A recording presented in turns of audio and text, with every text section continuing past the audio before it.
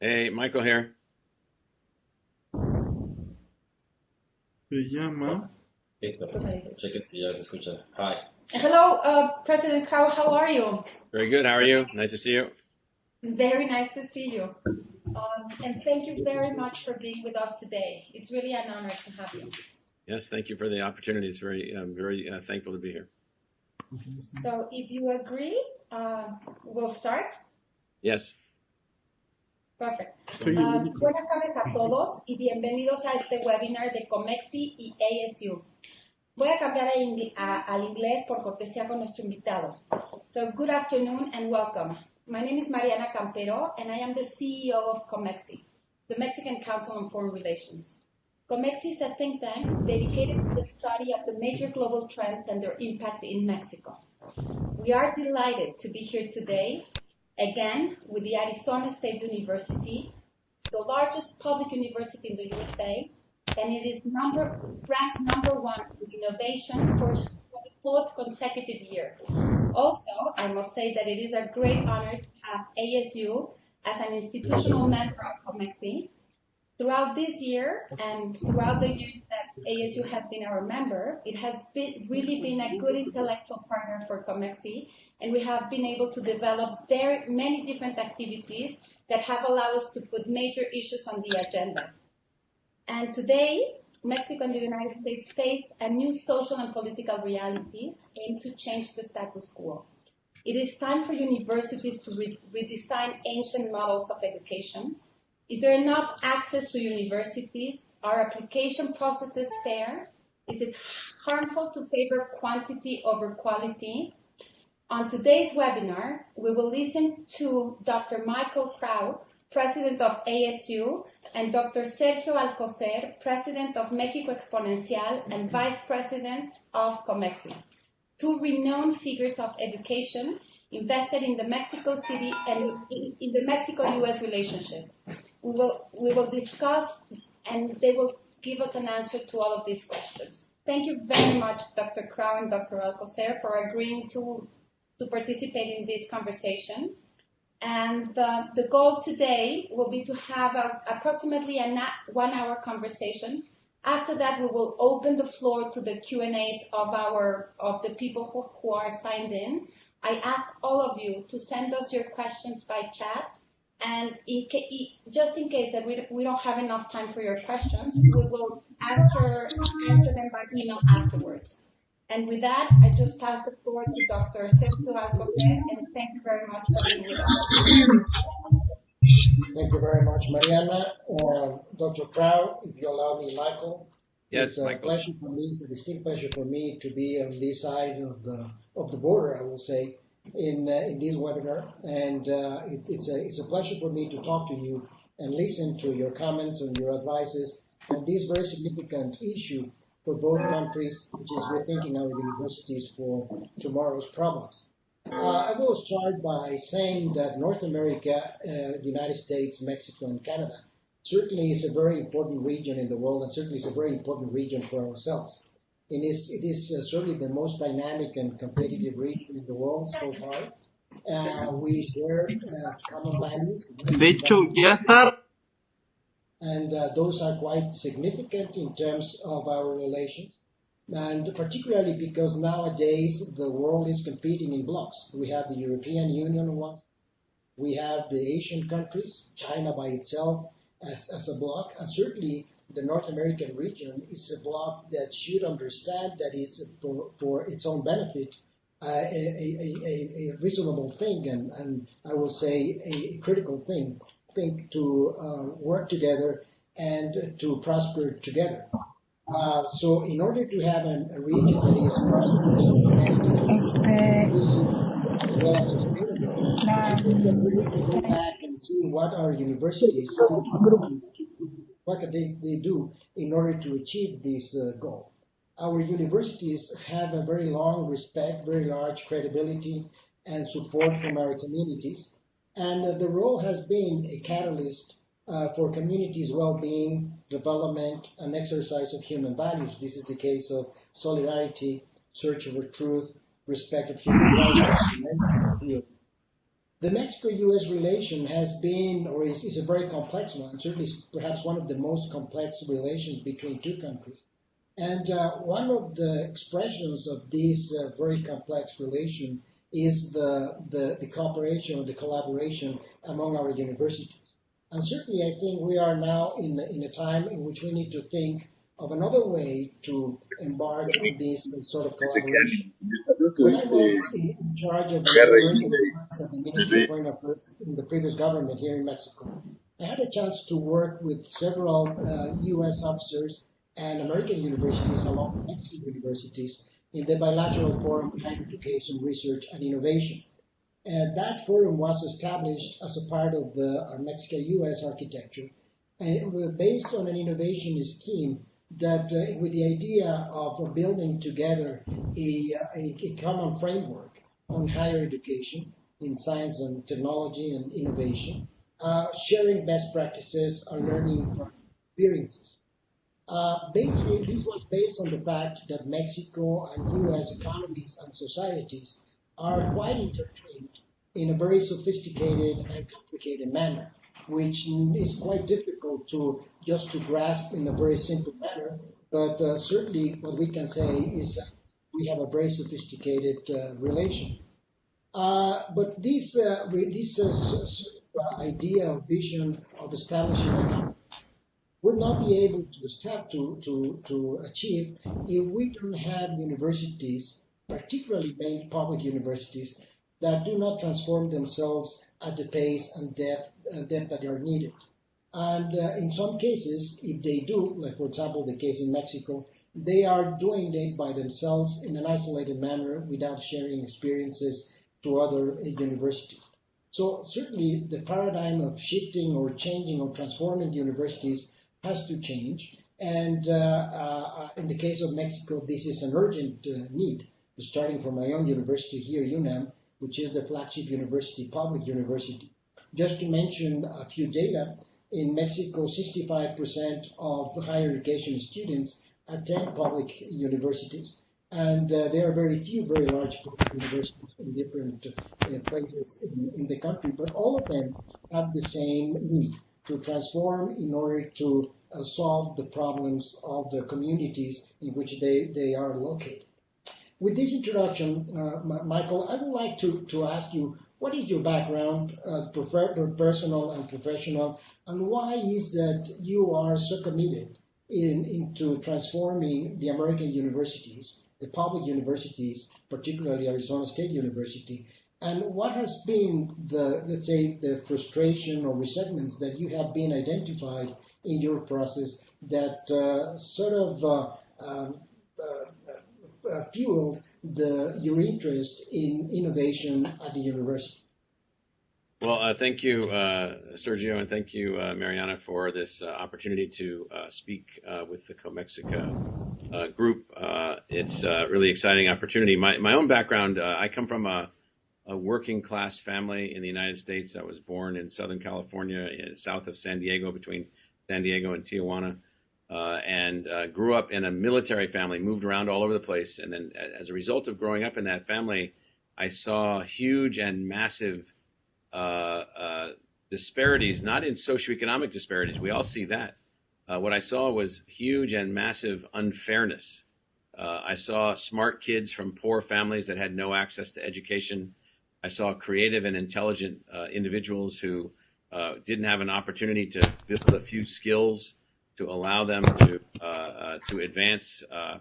I ended up going to college and studying a whole bunch of different things: political science, environmental science, engineering, anthropology, linguistics. I was interested in all these subjects, and what I began to see going ahead was that we had antiquated designs that somehow we had inherited in academia and in our, this is true in Mexico and in the United States, we're both parts of what I call new democracies. In our new democracies, we had basically inherited the designs of institutions that by nature become elitists. And so ultimately I ended up as a faculty member at Columbia University in New York City. And I grew up there academically, got tenure there, and then I became one of the provosts there, and I became the chief research officer there. learning all kinds of things working at that institution. But then what I began to realize was that there was no mechanism without redesign wherein we could make higher education more egalitarian. We could make it more accessible and available. And I know that in Mexico there are huge efforts to be as egalitarian as possible to raise the entire population. And so I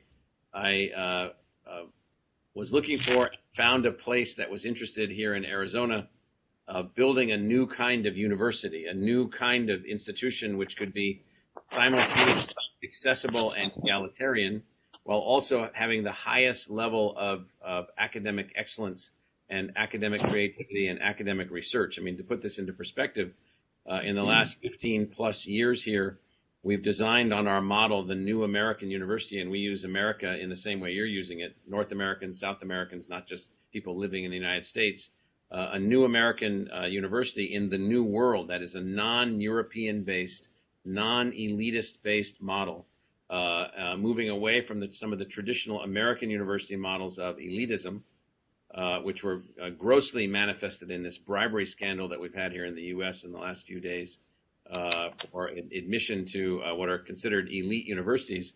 But having said that, what we decided to do was to build a university which could be operating at the level of research of Stanford or UCLA or Harvard or MIT or Princeton. And at ASU, we have not only done that, we have exceeded that. Our research activity now is, without medical schools, ranked 7th or 8th in the entire world if you take out medical schools. And even without them, we have more non-medical research going on with our faculty than Stanford or UCLA or USC or other major American, Harvard, Columbia, Princeton, Carnegie Mellon, Caltech. We're beating all of them. But what they're not doing that we're doing is that we also have a student body which is completely representative of the socioeconomic diversity of our state, of our country. And so what I mean by that is that if 20% of the United States population is below the poverty level, 20% of our students are from families below the poverty level. What that means then is that for the first time in our history, and for the first time in the history of any research university, at least in the United States, we have a university which is operating at the highest level of academic excellence and academic creativity through a thorough and complete redesign of the institution. I'm going to come back to this point of design, which has a student body which is as egalitarian as the democracy itself. That has not been achieved in the same institution that we know of. And so we're very excited to be able to be a part of creating these new kinds of designs. So my personal motivation has been this notion of finding a way to empower and enable the creative and intellectual energies of not just people from wealthy families, not just people who have mega genius brains and win scholarships to UNAM or Harvard or someplace like that, which they do, but rather to create an institution which is wildly successful. Now, let me add one other point of this relative to design. Our design of our institution was so controlled by the government, so controlled in a bureaucratic model that it was not succeeding because we couldn't innovate fast enough to deal with scale. So like large universities in Mexico, we have 115,000 students in our degree programs. We doubled our 4-year graduation rate. We empowered students to have access to every class that they need whenever they need it, no matter what demand schedule there is. We also move forward with or without government investment, being the principal driver of our financial models. And so the redesign aspects of our institution have been in all things. They've been in the intellectual design of the institution, the structural design of the institution, the purpose of the institution, the management of the institution, the clock speed of the institution. So we eliminated along the way 80 academic departments, schools and colleges, and created whole new ways of organizing knowledge. Once we created these new ways of organizing knowledge, we got many more people studying engineering, many more people studying science, many more people advancing in research-intensive settings. And so more than, Sergio, probably more than you wanted to know, but that's the basic motivation and the basic trajectory that we've taken. Well, I think it's fascinating, and I think you're touching very significant aspects that are relevant to all universities, and particularly for Mexican and U.S. universities. which is this sort of dilemma that is posed to us, and I think you have been advocated that this is not a dilemma between access, broad access, and quality of education or excellence of education. If you look, let's say, into what are the concepts that are relevant for a good education, certainly curricula is significant, infrastructure, teaching methods, and having good professors. So I wanted to know what you did in order to have your professors on your side, that the professors themselves were a critical mass for the change, because being myself a faculty, you are a faculty, we all know that if faculty members do not want to change, or they have a different way of seeing things, what the management decides would be quite different to what happens in the classroom. So what are the incentives that you sort of designed in order to have professors being on your side? And particularly having the idea that you have expressed many times that we are becoming a lifelong learners. So, Yes. So how did you include all this into the package of the innovation in Arizona State? Right. So, at least in the U.S., I don't know if you use this phraseology in Mexico or not. So there's all kinds of people that will come up with a strategy. So a governor will be elected of a Mexican state or an American state, and they'll say, I want to get more kids into education. I want to get more kids through college. A national leader will be elected to our two federal governments, and the president will say, I want to make these things happen. And so they'll set all these goals, and that'll be a strategy. And what they don't realize is that none of those strategies work at universities, because universities have something that's stronger than strategy, and it's called culture. And so the joke is that culture eats strategy for breakfast. And so that means no strategy that you have, unless you focus on culture, will ever work. So therefore, we didn't start with strategy, we started with culture. And so the way that we started with culture at ASU was across several dimensions. So the first dimension that we took on was, why are we here? And so the answer can't be that we're here to educate students. That's too simple. And so we derived a charter for our university that says that we are here to be measured based on who we include and how they succeed, not who we exclude, number one. The second thing is that if we're going to do research, we're not doing it only for academic recognition. We're not doing it only for academic medals or so we can act fancy, and prance around, with our academic medals. And the third is that the university will be measured also for whether or not it took responsibility for the social, economic, cultural, and health and well-being outcomes of the communities in which it is embedded, meaning the measurement of the university is inclusion and success from across the socioeconomic spectrum. Research that benefits the public, that's the measure. Academic benefit or academic success is a secondary measure. And then the final measure is taking responsibility for the outcomes of the communities. Now, you then add to that, that's culture change number one, culture change number two. And by the way, we got our faculty to embrace that. They embraced that new cultural paradigm. The second element, which was a little bit more complicated, and they took some offense at this, was the university doesn't exist for the faculty. The university exists for the students. So the highest priority of the institution, the purpose of the institution, is to create this learning environment for the students. The second that the university is intended to impact is the communities themselves. And the third is the faculty itself. So that's a second dimension of cultural change, which is the creating the university as a student-centric enterprise as opposed to a faculty-centric enterprise. The third aspect of culture change relative to the faculty was to change clock speed. And that was to say to the faculty that we have to actually live at the of the academy is too European, too old, too slow, not fast enough. And so we worked on those three areas of culture change. And then we created incentives, tools, mechanisms, technologies, assets, everything that you could possibly imagine to be able to then allow that culture change to move forward. We did one other thing, and this is really important. And so this may be true in Mexico, I don't know. I've been to many universities in Mexico, and I don't know how much similarity they have between them, but we said that the last thing that you want universities to do is to be, using a technical organizational theory term, isomorphic replicants, where they just replicate each other. And so then what happens is that invisible colleges, all the political scientists at all the universities, they form their own college between the universities. All the economists form their college between the universities, and then the disciplines become more powerful than the institutions. And so what we decided to do relative to culture was to make our faculty empowered, or to empower our faculty to design their own intellectual constructs. So we have a new school for trans-border studies, a new school for sustainability, a school for the future of innovation in society. We eliminated all 11 engineering departments and created Grand Challenge Engineering schools.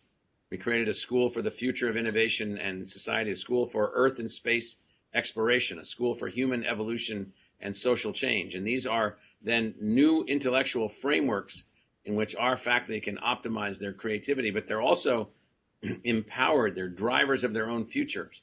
They're not just academic bureaucrats implementing the social construct, also called a department, at a particular university. So there are 4 aspects of culture change that we drove forward.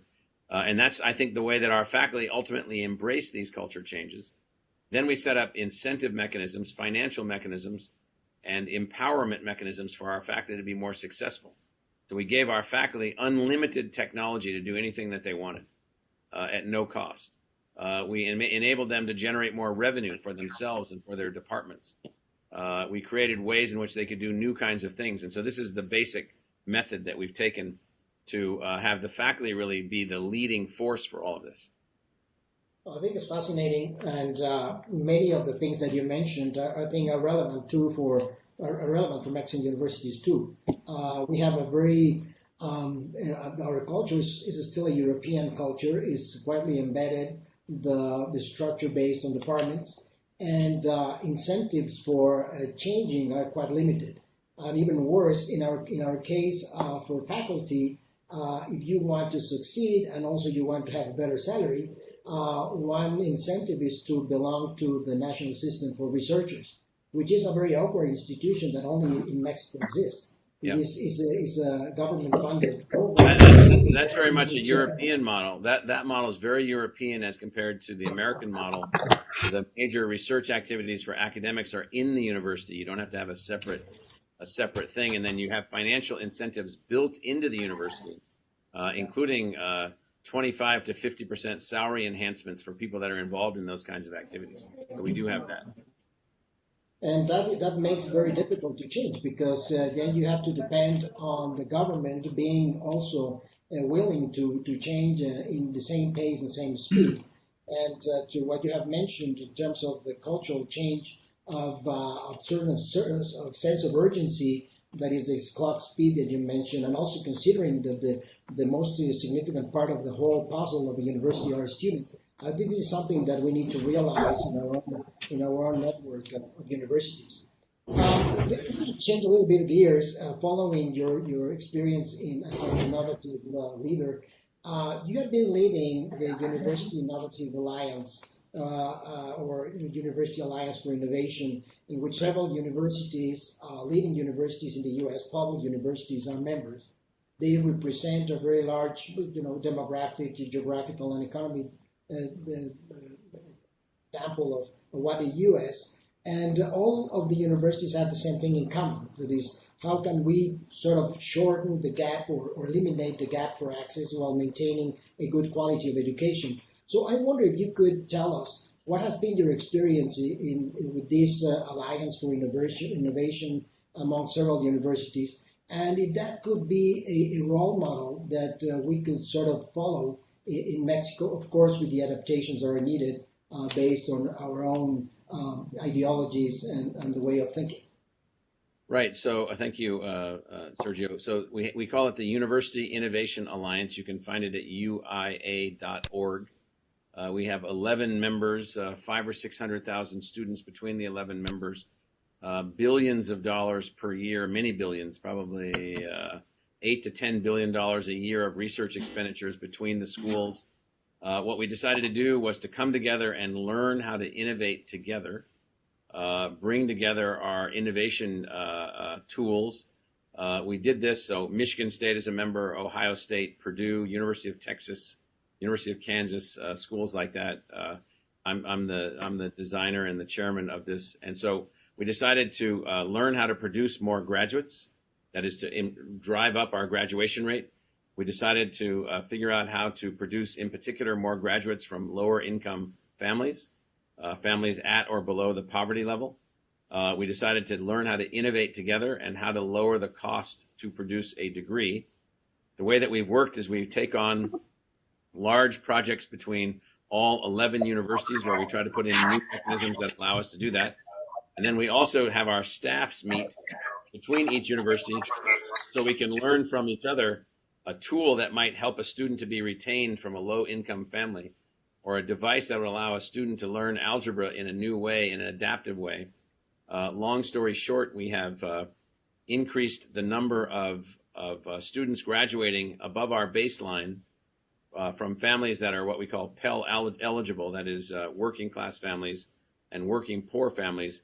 We've increased the number of graduates from those families in 4 years by 25% across these 11 universities. And for us, that's in the many, many, many thousands of additional graduates that we wouldn't have normally been able to produce. And what we found is that you have to build a willingness to innovate among and between the universities. So we have ideas that we've learned from Michigan State and from Purdue and Ohio State, and Texas has ideas that they've learned from us, and then everybody learned an idea from Texas. And so then what we work on is we work with very significant analytics, very significant metrics, tools, devices. We have a core staff that works between these universities in this innovation alliance. And I do think that these alliances can be very, very powerful, particularly if they're motivated by the right thing. And that is, we're motivated we don't compete against each other, because what we're trying to do here is to produce more graduates. We're trying to be more successful. I think even at the most elite Mexican universities, you still don't have, I would be surprised if you told me you had 100% graduation rate. And so I see you shaking your head, so the answer would be you don't. And so that means then, and I don't know if your graduation rates vary based on family income, but they do in the United States. The kids from wealthier families have a higher chance of graduating than the kids from lower income families. I suspect we have the same set of issues.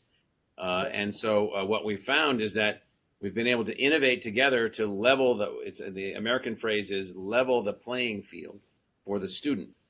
And so we have new advising tools, new teaching tools, new ways to do predictive analytics, new ways to communicate to students to keep them on track, new ways for kids to be able to navigate the university if they come from a family that didn't have anyone go to college. And so we know, for instance, that at least in the U.S., if you come from a family where the father didn't graduate from high school or didn't graduate from college, the probability that the child can graduate from college is about 75% less than if the father in particular graduated from high school.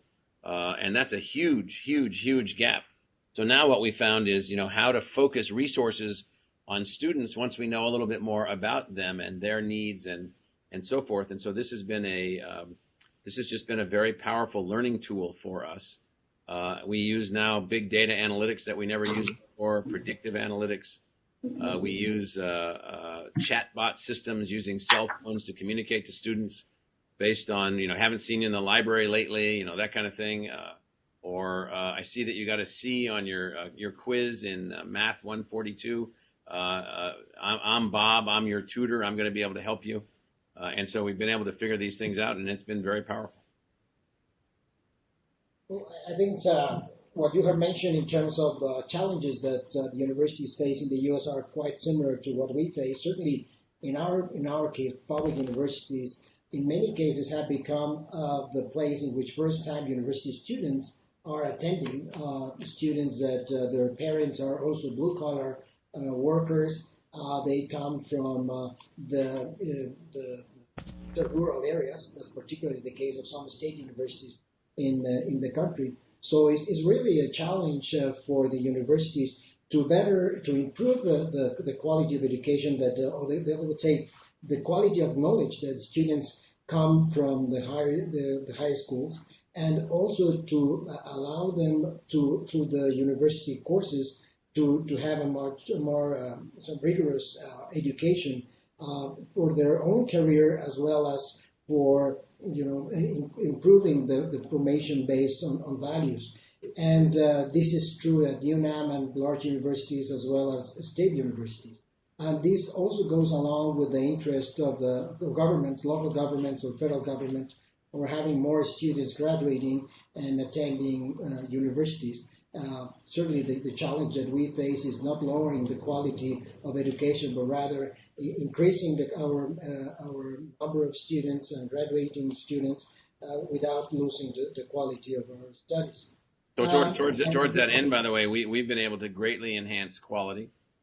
We've doubled our 4-year graduation rate. We have enhanced the quality of our graduates as measured based on our measurement of their learning outcomes, their market participation, their job pickup rate, the graduate schools that they go to.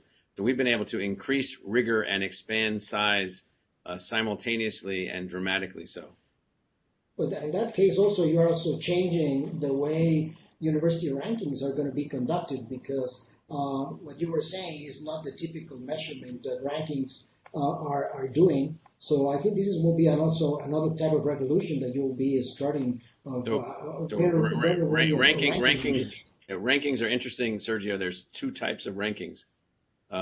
Most of the rankings in the U.S.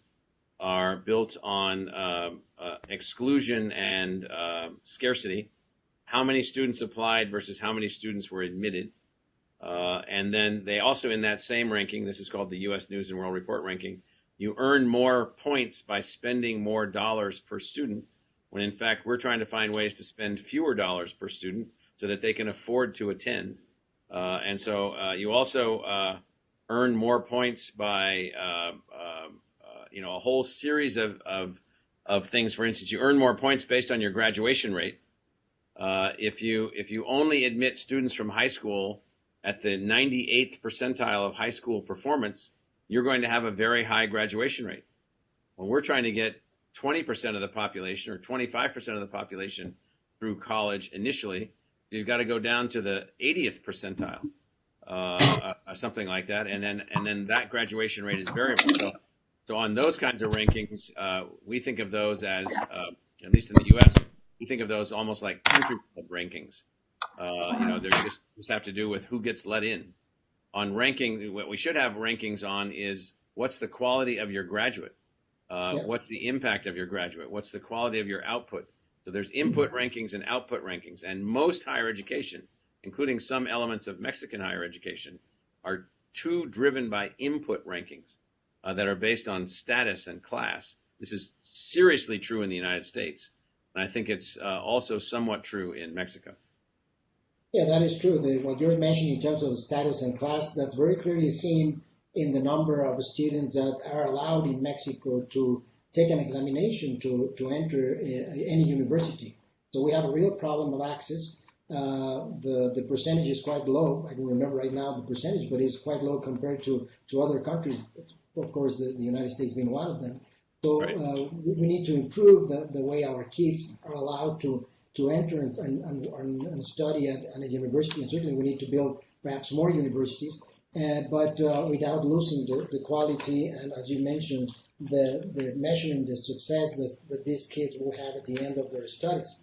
So I think that we could learn, of course, from your experience quite a bit, and certainly having or participating as an observers of your alliance, I think would be of great benefit to Mexican universities, so that we learn from the best practices that you have built in your curricula or in your programs, what have you. And we also help Mexican universities from learning from those practices, but also learning from the urgency of transforming ourselves. We will seldom see universities in Mexico speaking about the relevance of transformation and the urgency of those changes. So I think this sort of initiative of being able to participate as an observer in the first time in your alliance would be quite a thing to do. between Mexico and U.S. I don't know what you think about it. That'd be great. And so, in fact, we're organizing a thing around the alliance called the University Innovation Network. And the University Innovation Network will be observer schools who are engaged in what we're doing and then can then interact with the alliance, which are taking on the experiments. And then what our hope is that between the experiments in the alliance schools and the alliance network, or the Innovation Network and the University Innovation Alliance, that we'll start having exchanges, and then we'll expand the learning network so that we'll continue to learn from each other. I mean, one of the things that I've experienced here in the 17 years that I've been in this job, of the Mexican universities that I have visited in Monterrey, in Mexico City, in Chihuahua, in Baja, in Sonora, around the country. What I came back in each case with at least 3 ideas that we weren't doing in the United States that I saw in these various Mexican universities. I tell my friends in Mexico, we're stealing every idea we can from you. We're integrating them into the American university model here in Arizona, and we are infinitely better because of it. We have 500 companies per year being spun out of our students because of a student-based incubator that I saw at Tec de Monterrey. We have new ways that we've learned how to do things at different Mexican universities, kind of entrepreneurial, creative ways to connect with communities, online education, things I learned at University of Guadalajara, other things that you see a little glimpse of a new way of teaching or a new pedagogy or a new tool, a new way of making things, a new curriculum. And so what we found is that there's much to learn from each other. And we've already taken, I bet 3 dozen innovations from Mexican universities and just implemented them. And I'll bet that 3/4 of those have been wildly successful here. I think you're touching a very significant point, which is the relevance for Mexico to learn and to work together. I'm mentioning our own universities to work together. Similar to the APLU that you have, we have ANUYES, which would be the obvious place in which all these best practices should be shared in a more regular way, and trying to come up with a network that similar to what you have mentioned. And I think this is a challenge that we face in Mexico, to convert ANUYES more in not only into a political tool for trying to discuss important issues with the federal government or local governments, but more so to work together and trying to learn from each other and to test innovation, to scale those processes into universities and learn from that scaling, and eventually come up with the development of a pipeline for talent for the country.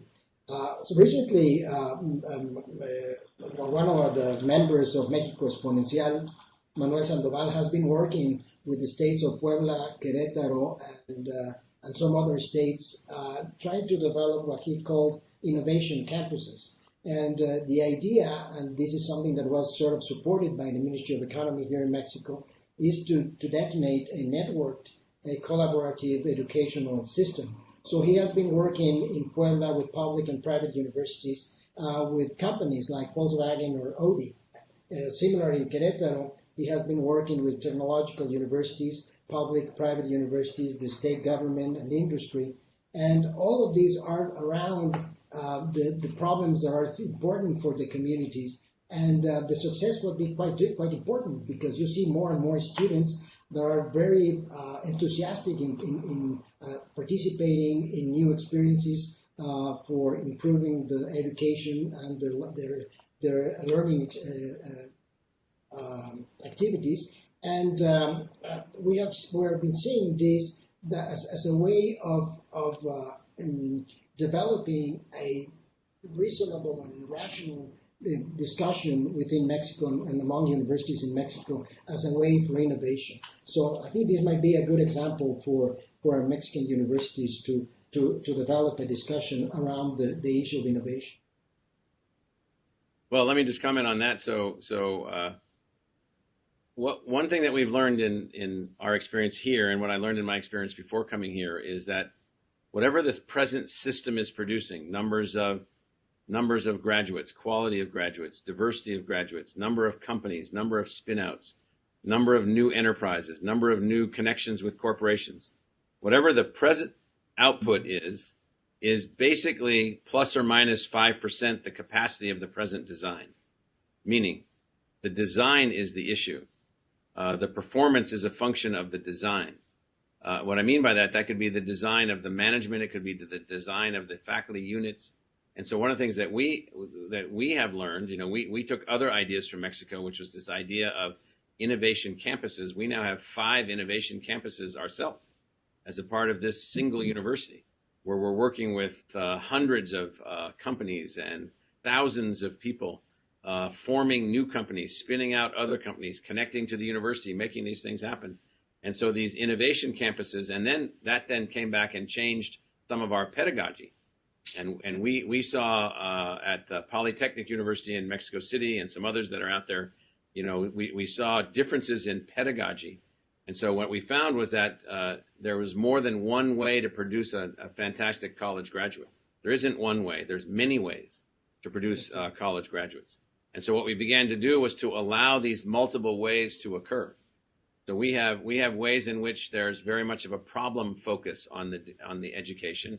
Here's a funny thing. We found out that if we taught engineering to students with lower math scores from high school, which are often used to weed out students from going to engineering, that we would end up getting a better engineer who had fantastic math score when they finished engineering, not when they started engineering. So they were a fantastic engineer, and their math scores went up on standardized tests by 30%. And so because they learned the math by doing the engineering, rather than being weeded out for the math test at the front end. And so what we have then is we have these new ways of learning, very much like what you're talking about, innovation-oriented learning, problem-oriented learning. We took an idea that I saw some people, I was at a meeting in San Miguel de Allende a few years ago, and we're at this meeting and we're talking about how to stimulate innovation. And then these people would say, I want to start my company, but I wanted to start it when I was in college. Okay, so we came back, we found some billionaire donors, and we created an endowment that funds students' companies while they're in college. And so they're in college pursuing their degree, and then we're giving funding to their company from an endowment, and then they take their company off and move forward. Well, we've done dozens and dozens and dozens and dozens of these companies, and all those kids graduate. All of them graduate. Multiple majors and their company. I mean, it's really fantastic. So what we found was that there's no one way. What I found in many American universities, and I've seen this in some Mexican universities, is rigidity of thinking about the pathway to the degree. Now, I'll just comment on American universities. We have decided we have hundreds of undergraduate degrees, hundreds of pathways to learn at this institution. And we're trying to expand that constantly. How many more degrees can we have? How many more pathways can we have for a kid to find their way forward? And so what we decided was that it really wasn't our job to produce a replicant of ourselves. It was really our job to find a way to produce what we call a master learner, a person capable of learning anything. And then we finally concluded that you could do that in a multiplicity of ways. And so we've created that multiplicity of ways to produce that master learner. And lo and behold, American phrase, lo and behold, it worked. I think at the bottom end, what you were saying is that innovation, measured or expressed in all these different ways that you have put as an examples, is a culture. And I think this is something in our case that we need to work much harder.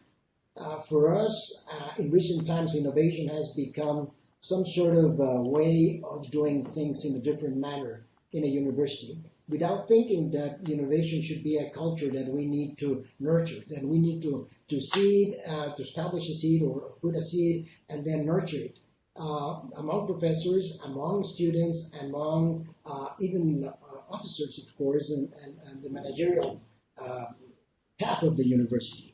And without having this a change of culture that you mentioned before, it's going to be pretty much impossible to have a change. And all this rigidity that you mentioned is certainly very much in our universities. My own university here at UNAM, we are so rigid that, for example, if a civil engineer wants to take a class on robotics because he or she thinks that robotics is going to be important for construction, which very much is going to be, or it is already, it's impossible to do that because robotics is a class that is taught for mechanical engineers and not for civil engineers. So let's take Sergio. Let's take that exact example. Robotics class.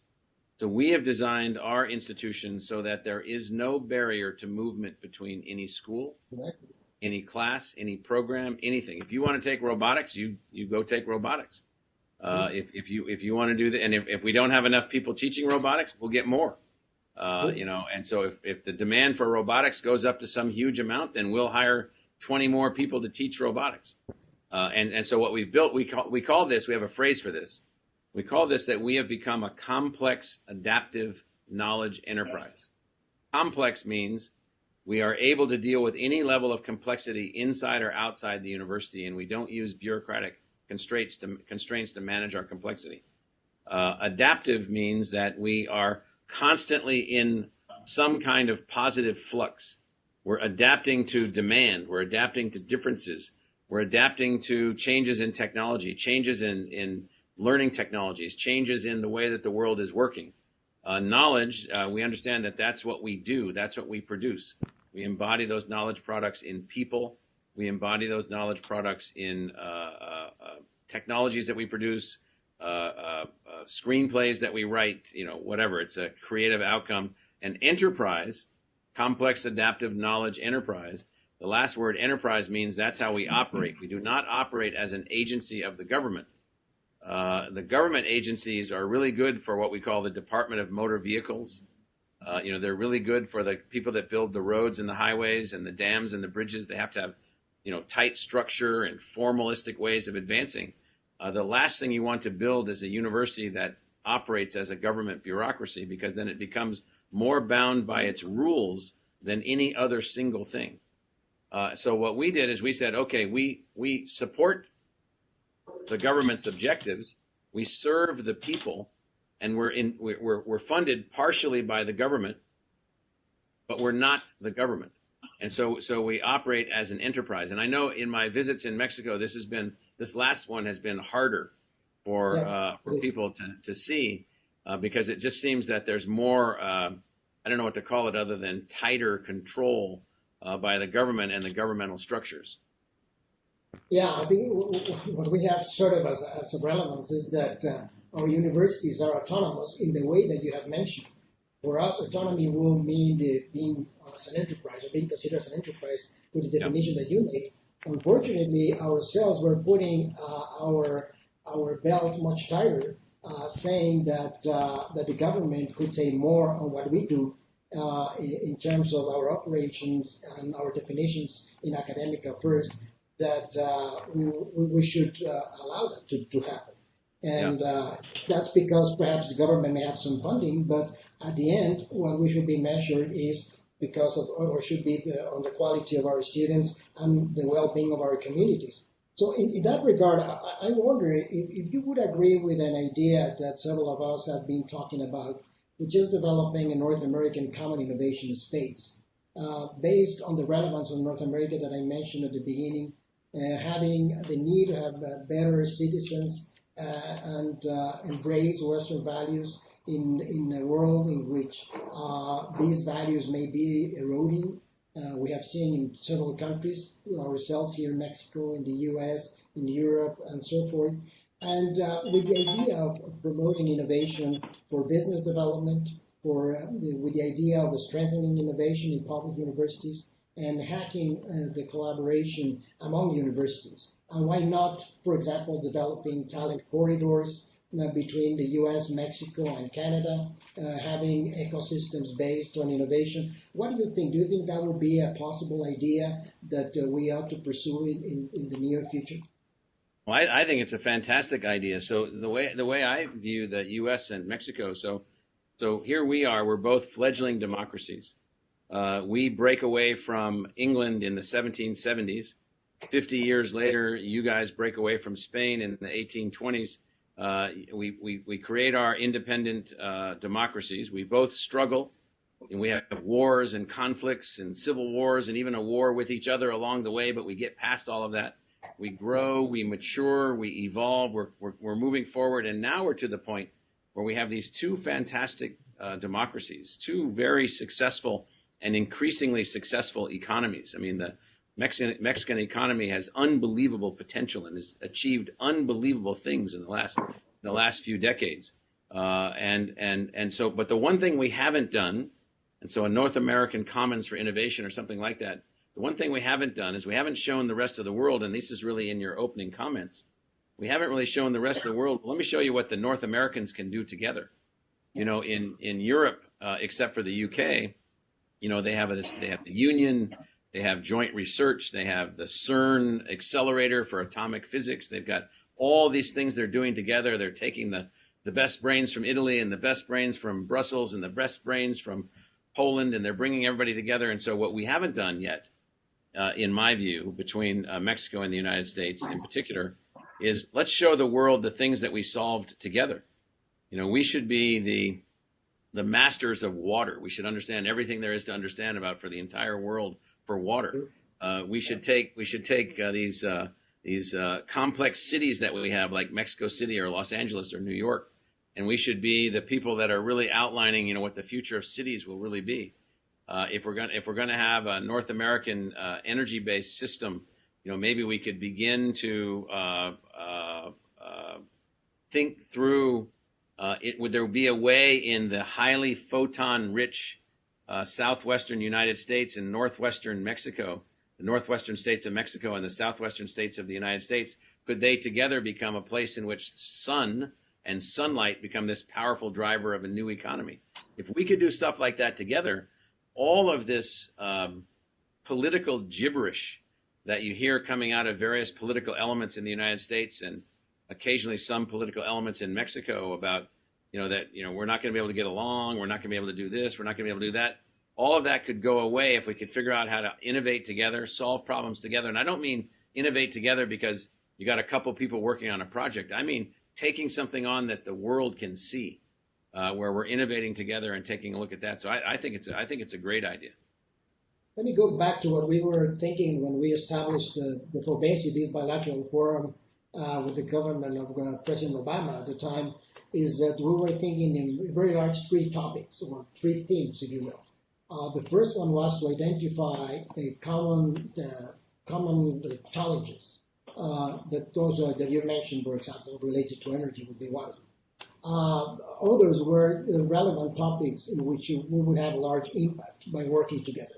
And the third one were common issues which not be so strategic based on economy or other measurements, but would be important because of the region itself. Let's say human rights being one.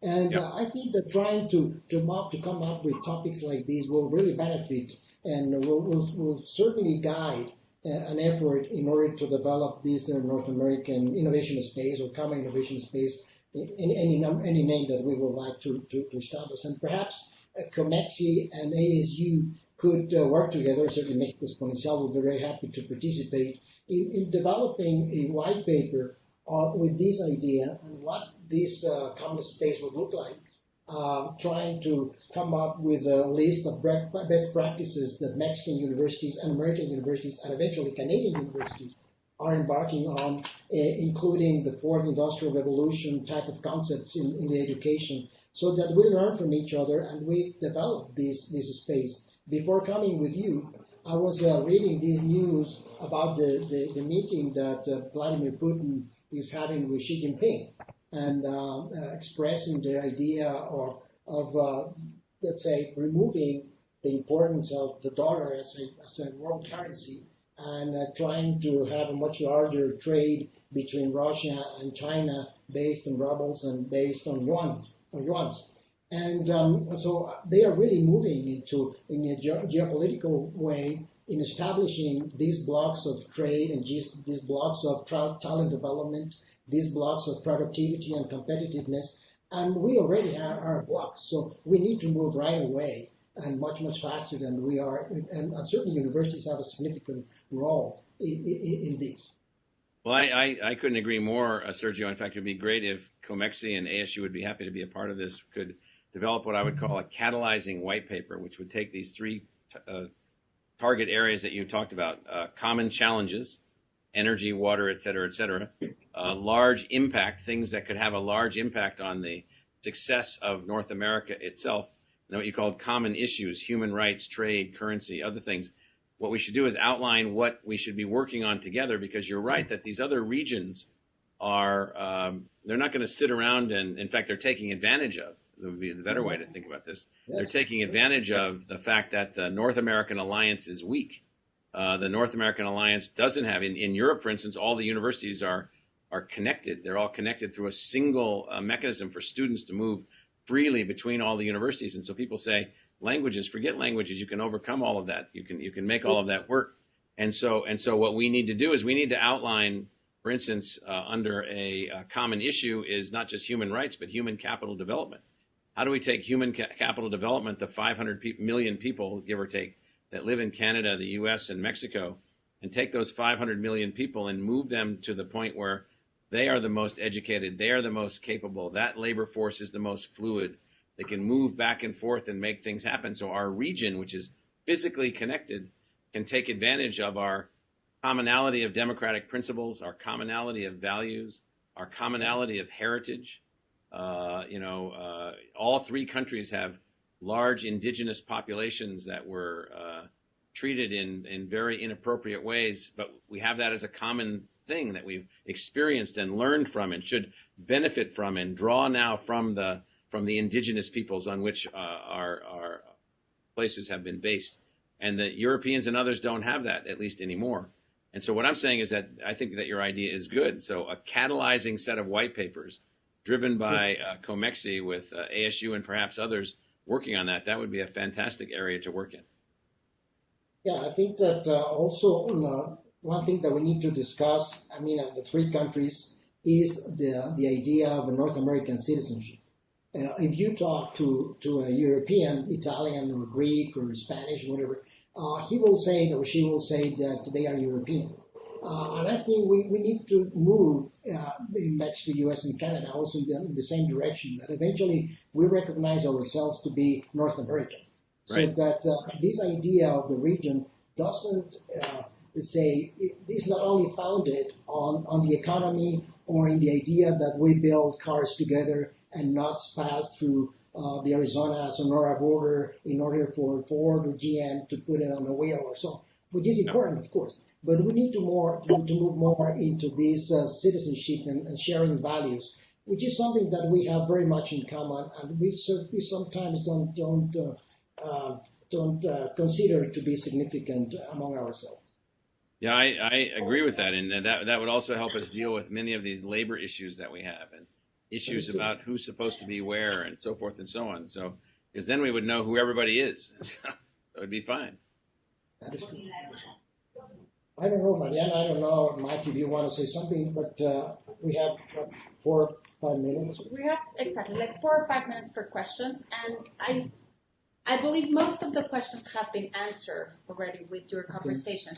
But basically, I would say that sort of the impact on Industry 4.0, Okay. and sort of what will be what should we do in order to prepare the workforce for that moment to have to occur, and if there's anything that we can do together. So one thing that we're doing, and I had an opportunity to speak with the governor of Sonora about this recently in talking with her. And so we have this idea of what we call creating what we call universal learning and universal learner opportunities. And what we mean by that is that universities should take all of their assets. I don't know what all that noise is, but universities should take all of their assets and not limit them only to students that have the ability to get to the university, but free those assets up for the rest of the population.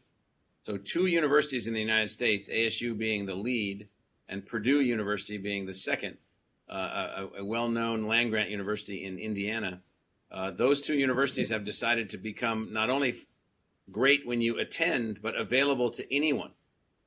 And so this notion of now taking assets and preparing the workforce for all of the change, it's not so much that change will occur. Change will occur. The fourth industrial revolution is here. It's that not everybody has an opportunity to go back to college. And so that shouldn't be the constraint. Ubiquitous, universally available assets for learning and adaptation should be available to everyone all the time, no matter where they are in their life, no matter where they are physically, no matter what's going on to them. And so we're altering our structure, our design, and our means to be able to do that. I think by itself, what you mentioned is a new definition of what a university ought to be. Is rather than being a closed-door type of environment in which only a few people are accepted, it will be an open space, a public good open space, so that all people would benefit from the knowledge that is being produced, and certainly will change the communities very, very, much faster and much deeply. So I think that's a great definition. Absolutely. And this is why I think in the case of Mexico, the Ministry of Economy have been leading these innovation campuses. The main challenge that we have is that it should not be only the Ministry of Economy that is interested in this, but the Ministry of Education. I visited one of those campuses in Hermosillo not too long ago, and it's interesting to me that one has to be cautious about segmenting everything. We have to find ways in which, even if segmented, they're connected or connectable. So we use this logic of Legos.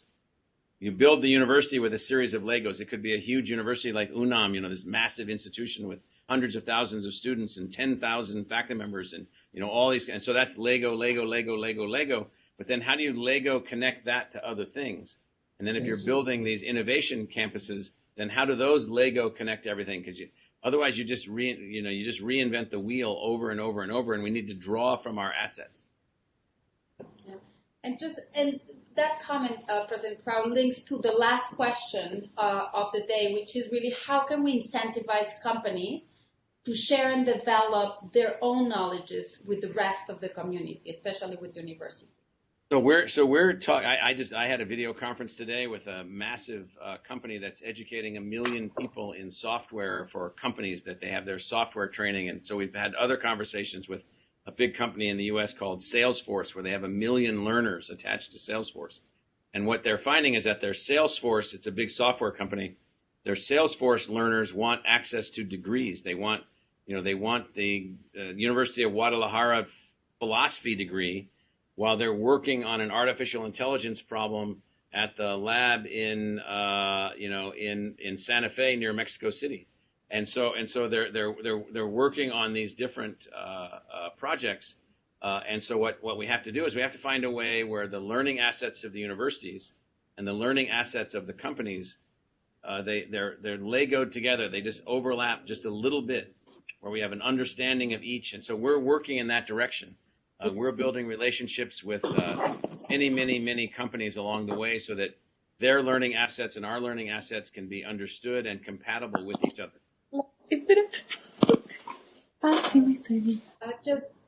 I think we have come to the end of our webinar, and I just would like to ask Sergio and President Proud to make sort of final comments and remarks. And I take advantage of this moment, to say that COMEXI will be more than happy to start working on this great idea and to lead it and to partner with ASU for that. So again, thank you very much for all of the participation and to our wonderful two speakers of the day. Thank you so much. Sergio, please.